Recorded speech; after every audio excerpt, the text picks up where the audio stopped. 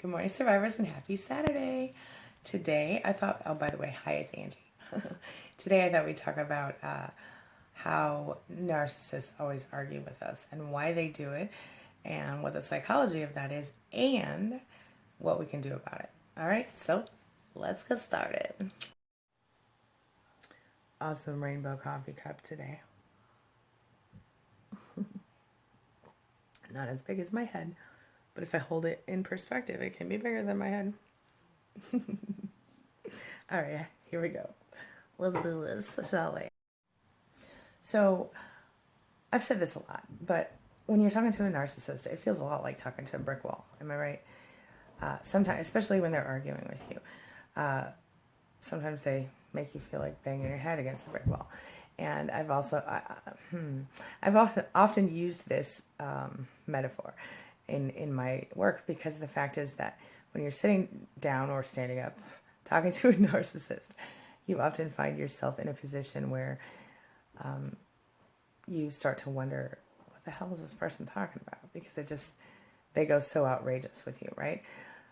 Maybe it's even crossed your mind that you should have just actually spoken to an actual brick wall, because at least it might have more capacity to validate you than a narcissist, which is ridiculous, okay?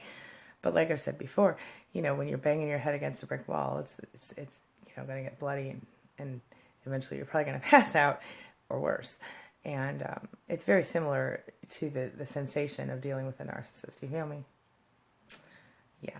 When you're talking to a narcissist, you feel exhausted, you feel dizzy, you feel like your nerves are on edge all the time. You're in fight or flight mode. If you check out those videos I did yesterday and the day before about the endorphins and the dopamine, all the goodness that comes through, all of that, right, that your body makes in order to kind of move you in that direction. Of course, even a remotely anyone who deals with a narcissist probably finds themselves questioning their own sanity. Am I right? I think so. At least I did. How about you? I mean, really, when you're dealing with a narcissist, a lot of times you just find yourself wishing that you didn't even try to have the conversation, because you end up never winning. And so then when you do walk away, finally, you find yourself just blaming yourself, doubting your instincts, and really just wondering what the hell's going on here. I find a lot of my clients saying to me, I feel so stupid. Why did I allow this to happen? I'm so smart. I know better. And I feel you. I was in the same place, and I think what it comes down to is that, before we know who they are, we give them the benefit of the doubt because they're people, we think. And, we treat them just like normal people, and, people who have a conscience, people who have, self-awareness, integrity, things like that. And we trust that these people who claim to love us, have the same kind of ideas in mind, right? We believe that they love us. We don't think that anyone who actually loves us would ever do anything like what the narcissist does to us. And so in essence, we're just saying, we're sort of reverse projecting our own qualities onto these people. You feel me? And so the problem is, of course, that since they don't respond how a normal person would respond, they don't play by the same rules as a normal person. We don't realize that this is setting us up for manipulation and misery. Anytime you have a conversation with a narcissist, you can rest assured that you're going to walk away feeling confused. You're going to feel, you're going to hear a lot of contradiction in their discussion. You're going to wish you never disagreed with them in the first place, because it's quite not worth it. You might find yourself apologizing for your opinion.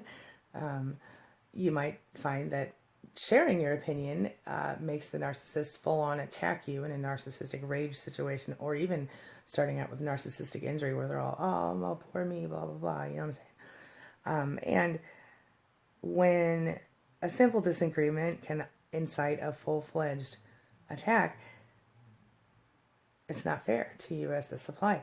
And somehow the narcissist will twist the conversation so that you end up feeling like the bad person in the deal. Well, of course, they are assuming the role of an innocent victim of you. Reverse projection. It's no good. So during our arguments, this is another way that we can actually identify a narcissist, expose a narcissist, right?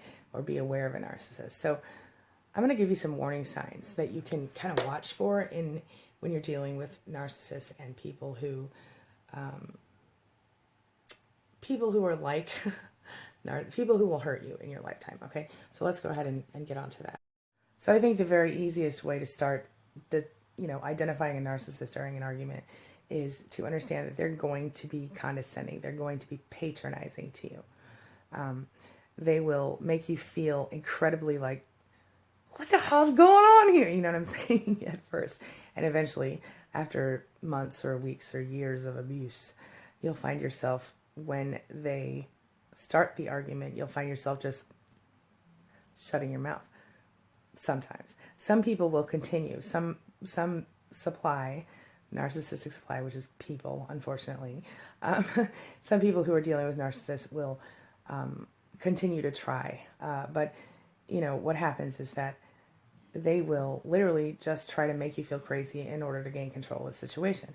So throughout the arguments, you will start to think that, hey, this person seems really laid back and cool about it, or they'll mock you. You feel me?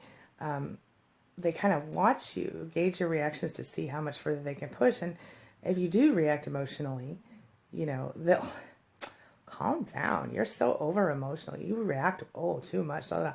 They're condescending and they're patronizing.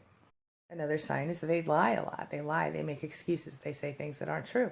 The fact is that everybody messes up here and there, and but psychopaths, narcissists, sociopaths, all these people, they will have excuses for you more often than actual following through on anything they say. If they promise they're going to take out the trash, bet that trash is going to be full and overflowing before you finally just give up and do it your damn self. You know what I'm saying? The actions of a narcissist don't ever match up with their words. They don't ever, they often disappoint you. They often lie to you. They often, they condition you to become grateful for mediocre treatment, So like one day they'll say, you know what, I'll sweep around the trash can. And they do it. And you're like, oh my God, thank you, thank you, thank you. That's so amazing. See, because they give you the lowest expectations possible, they intentionally lower your expectations throughout the relationship. This is an interesting one. Narcissists will be major hypocrites, right? So what do I mean by that? Well, a lot of times they'll tell you, hey, and this is where the regular projection starts up, right? They'll tell you, hey, I am awesome and amazing, and you are stupid and lazy and boring and crazy and whatever else they want to call you, right? The fact is that you're not probably any of those things, but they're projecting their own stupid, lazy qualities onto you, right? The point is that here's an example, right? So let's say that you tell the narcissist, ooh, I got a raise at work, I'm so excited, right? And the narcissist, like, whatever, you're really pulling the wool over those people's eyes, blah, blah, blah, blah. Wait till they find out who you are, where they kind of intentionally beat you down and don't actually celebrate your accomplishment. And they might say, I don't care about your job. Why you got to talk to me about your job? Da, da, da, da. But of course, they will, if they get a raise, well, God, there's going to be a party, you're going to have to go out to dinner. You're going to have champagne. It's going to have to be a whole thing. You feel me? Of course, if you start to act like you know what's going on with the narcissist and you start to, make sense in your arguments or whatever, they're always going to good cop, bad cop you. They kind of almost have multiple personalities. Like, it's the cycle, okay? The cycle starts. So they begin with the love bombing, as we all know. And then they come around to, maybe it's not so awesome. And then they come back around to, I need to discard you, right? So if a narcissist is going to discard you, well, once you start to pull away from the manipulation and lies, then they're going to be, wait a minute, I'm not done with you yet. So then they'll roll back around to love bombing sometimes. And then, of course, once they actually get a hold of you, your heart and your mind and your soul, and they think, okay, I've got him or her now, they will successfully or unsuccessfully begin to insult you. They'll start again projecting their terrible qualities onto you, and sometimes the same qualities that they just literally moments ago said, oh, this is awesome about you, they'll start to tear down, right? They'll, you know, and as they struggle to kind of right themselves and gain control, guess what?